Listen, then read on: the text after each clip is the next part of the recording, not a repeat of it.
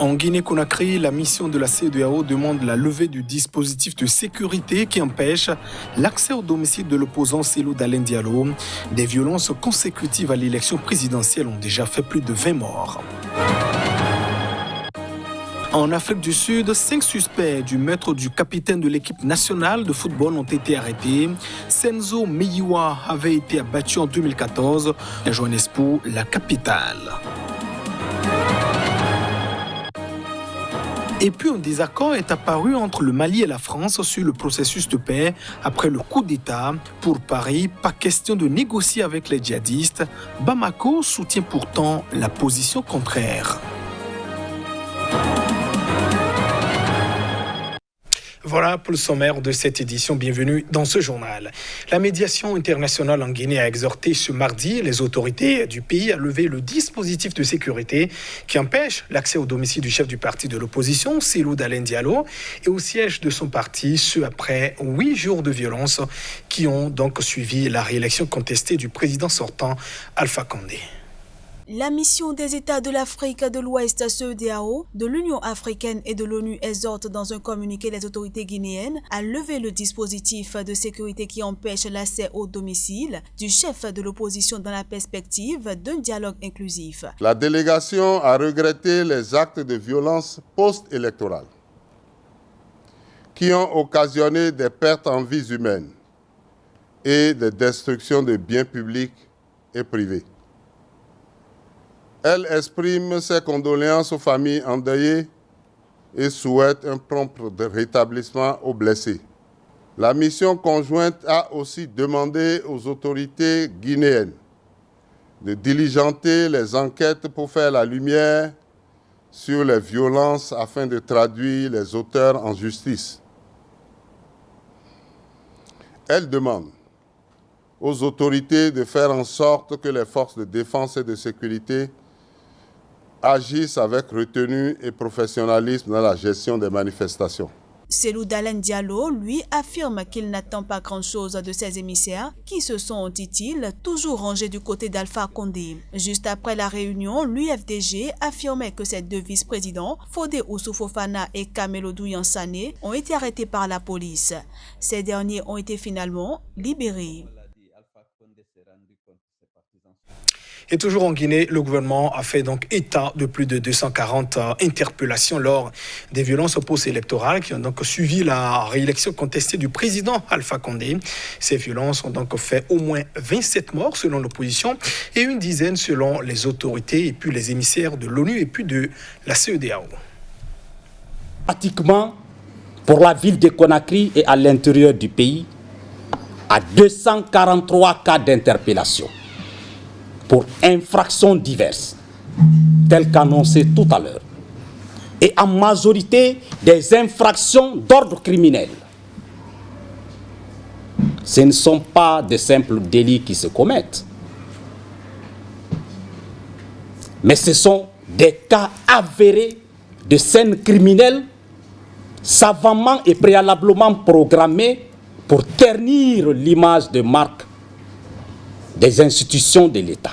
Ce ne sont pas des policiers, ni des gendarmes, ni des militaires qui vont brûler les maisons des gens, qui vont brûler des boutiques ou qui tirent, qui se mettent en embuscade comme des snipers pour tirer sur les populations. Il y a aujourd'hui des personnes qui sont des civils, qui parfois mettent des uniformes militaires et qui tirent sur les populations, qui brûlent les boutiques. Dans tous les pays du monde, vous avez au moins un agent dans l'unité, dans chaque unité, qui reste en retrait, qui a une arme à feu, pour intervenir dans l'hypothèse où dans la foule des manifestants, il y aurait un danger d'une autre personne qui a une arme à feu, ou si un élément se trouverait en danger de mort. Ça n'existe pas dans notre dispositif, c'est interdit, il n'y a aucun agent muni d'une arme à feu dans les unités de maintien d'ordre.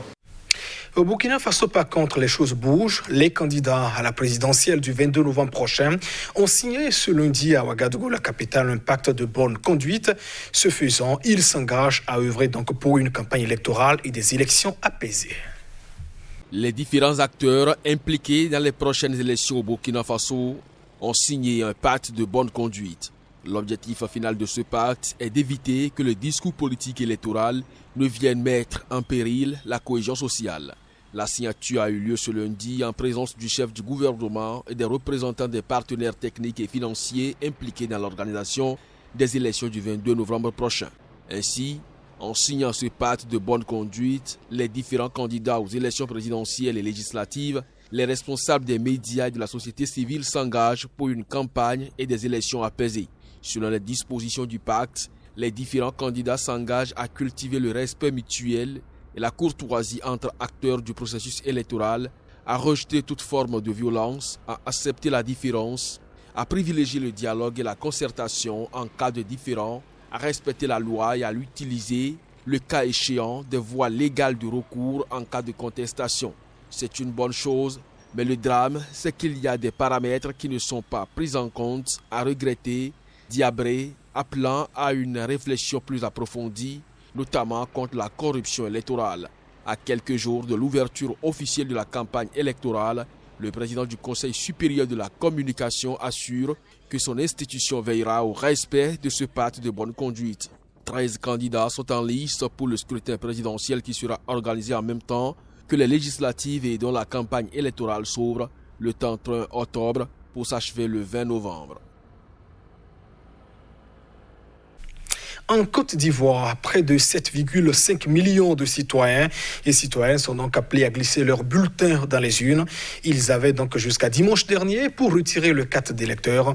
Mais selon les chiffres fournis par la CENI, moins de la moitié des électeurs se sont donc déplacés pour récupérer leur carte. Seulement 40% des électeurs ivoiriens ont retiré leur carte.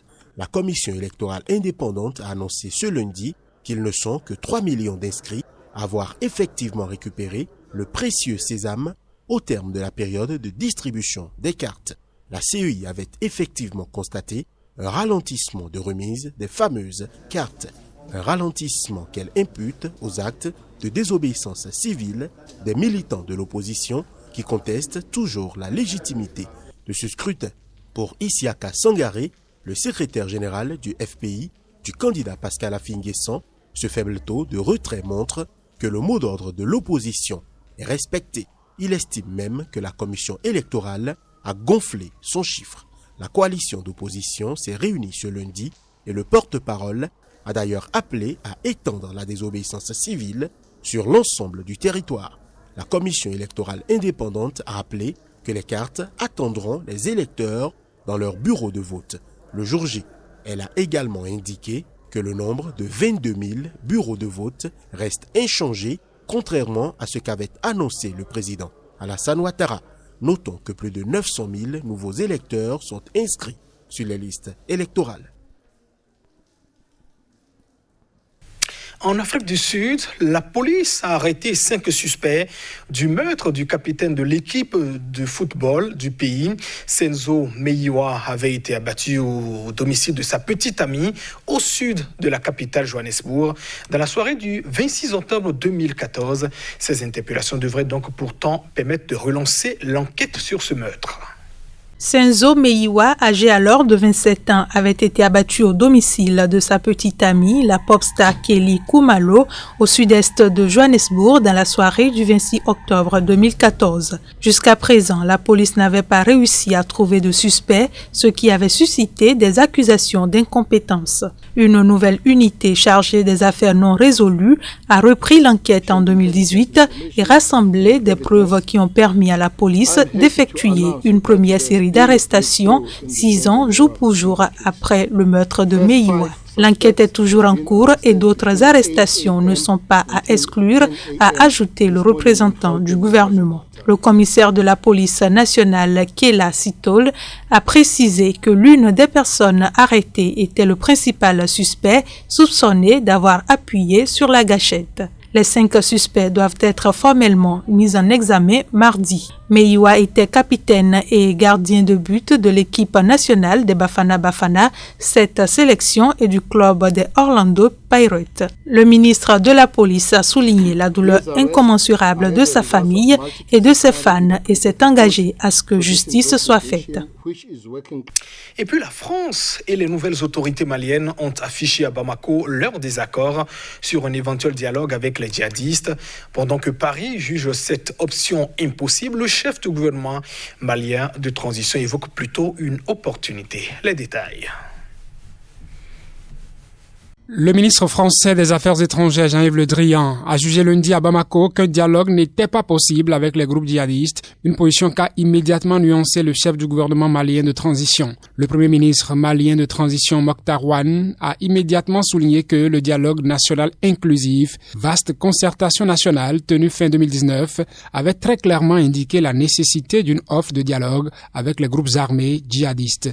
Le Drian a estimé que la position française était celle des pays du G5 Sahel, dont fait partie le Mali, de la communauté internationale et du Conseil de sécurité de l'Organisation des Nations Unies. Chose très clairement, il y a des accords de paix qui viennent d'être évoqués par le Premier ministre. Il faut mettre en œuvre les accords de paix. Il y a, et c'est les accords de paix qui font la paix. Ces accords de paix, ils ont été validés par un certain nombre de signataires, dont des groupes armés signataires. Et dans les accords de paix, il y a un élément tout à fait essentiel qui est l'armée reconstituée. Le Premier ministre vient d'y faire référence et c'est l'urgence du moment. Et puis, il y a des groupes terroristes qui n'ont pas signé les accords de paix. Les choses sont simples. Et je pense qu'il faut voir en cela une opportunité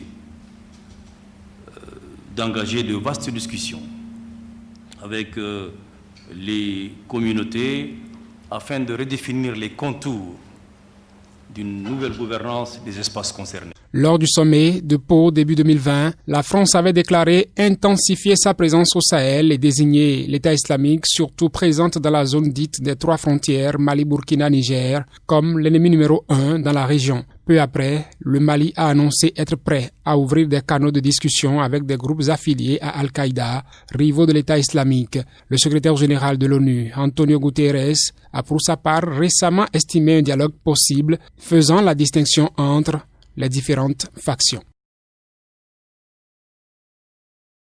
Madame, Monsieur, ainsi se referme cette édition. Merci de votre attention. Au revoir.